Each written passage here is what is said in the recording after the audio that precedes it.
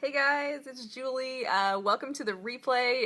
If you're just hopping on right now, you're probably watching the replay, so thank you. I appreciate it.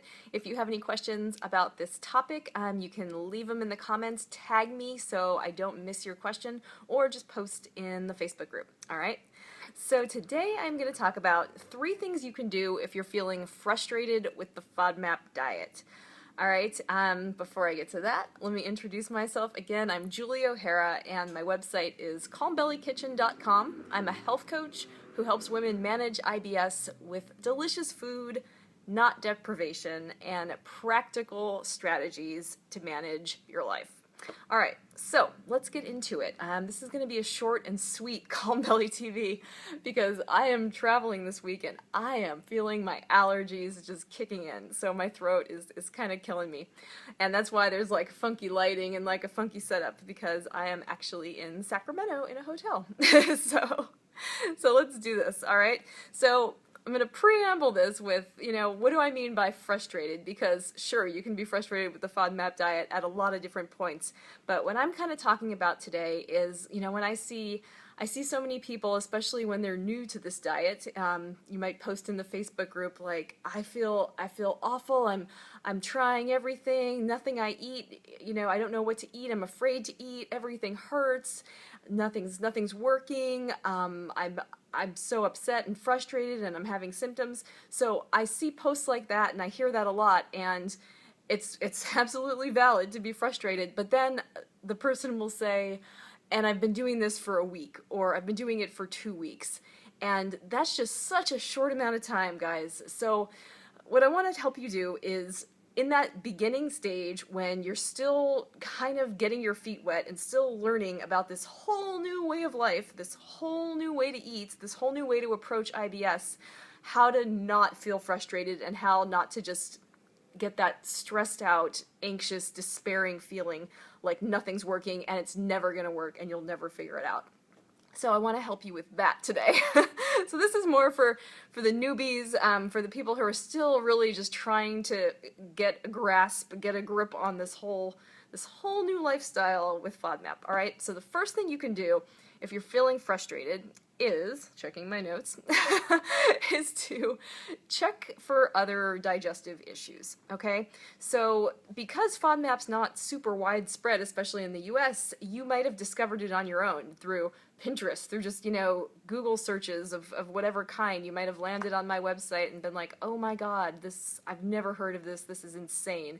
And that's a good thing, but it's also just, it can be so overwhelming, and you might just dive into it because you're excited to get started, but it's really important to make sure that IBS is your core issue, because if it's not, if there's other factors going on, if there's a different digestive problem, if there's something else, if it's something like SIBO, which often is disguised as IBS or crosses over with IBS, if that's going on, just the FODMAP diet alone isn't going to give you a lot of relief. And you will end up feeling frustrated. So if you're kind of new to this and you're trying to sort through it, go to a doctor and get tests for food allergies, get a SIBO test, get a diagnosis of IBS, and they'll rule out more serious things, especially if you've tried FODMAP and you're wondering what the missing piece is, why it's not really doing anything for you. So that's my first tip, is to make sure that IBS is your core issue, because if it's not, then the FODMAP diet is kind of just a really elaborate way of eating that may not make any difference for your body, okay? So you want to make sure you're treating the right thing with FODMAP. All right, the next thing you can do if you're feeling frustrated is, boop-de-boop, is to give it time and cover your bases. Alright, so you probably knew I was going to say this. You need to give it some time to, not only to work, but you need to give yourself time. Hi Kelsey, I see you. I'll come back to your comment in a second. But you need to give yourself time. So all of us come from a different starting point. You may be a super healthy eater, you may have never had to pay attention to food in your life, and so having to watch portion sizes, having to stick to a really, set list of foods, having to avoid processed foods and convenience foods. That could be a whole new world for you. And how do you expect yourself to start a whole new food life overnight? It's not gonna happen. Give yourself like a week maybe. Give yourself 2 weeks. Give yourself time to ease into it and to learn new things about food, to learn new things about this diet, to, you know, get a good list of foods you can eat, of recipes you can try, of how you can modify the stuff you already like.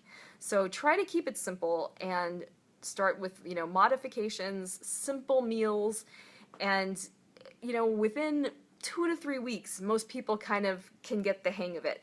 But before that, it's just a lot to ask of yourself, you know, so give yourself a break and give it time and make sure you're learning all those little nuances. You know, the classic example is you're learning about portion sizes. You're learning that just because a food is low FODMAP doesn't mean you can always eat any amount of it, right? And the way, just to mention it, the way to know that, the best resource for FODMAP content is the Monash app. It is the definitive, most up-to-date resource.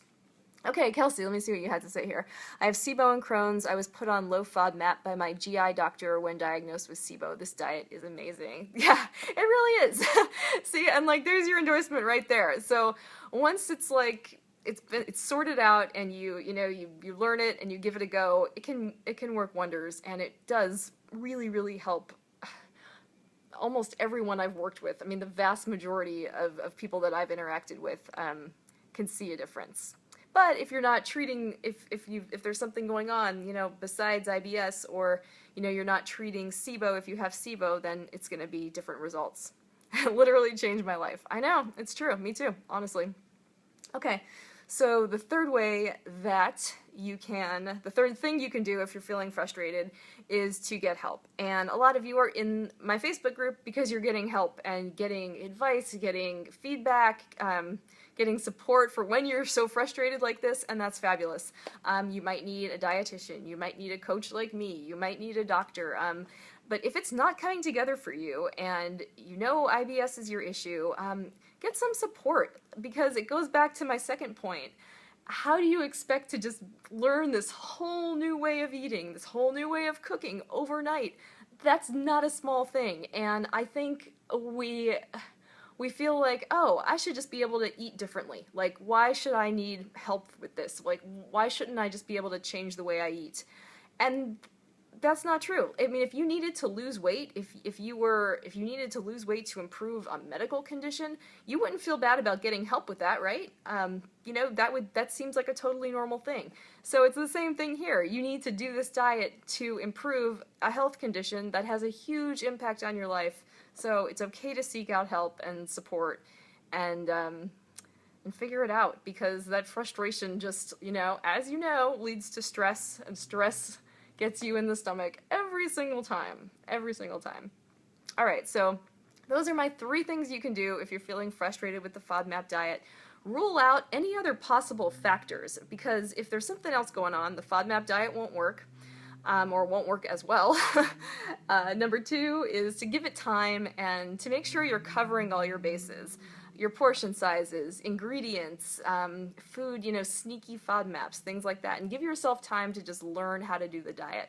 And the third thing is to get help and support, because you would do that if you needed to, you know, lose weight because of heart disease. So get help with the FODMAP diet so that you can manage IBS and just have a happier, more joyful life without stomach issues. So those are my tips for you today. I'm trying to keep it short because, like I said, I've got an allergy situation that's driving my throat crazy. But thank you for watching. If you have ideas for future topics for Calm Belly TV, let me know. And if you are just starting out and you haven't done my free 7-day cleanse, sign up for that. I'll put the link right below this video as soon as I get off.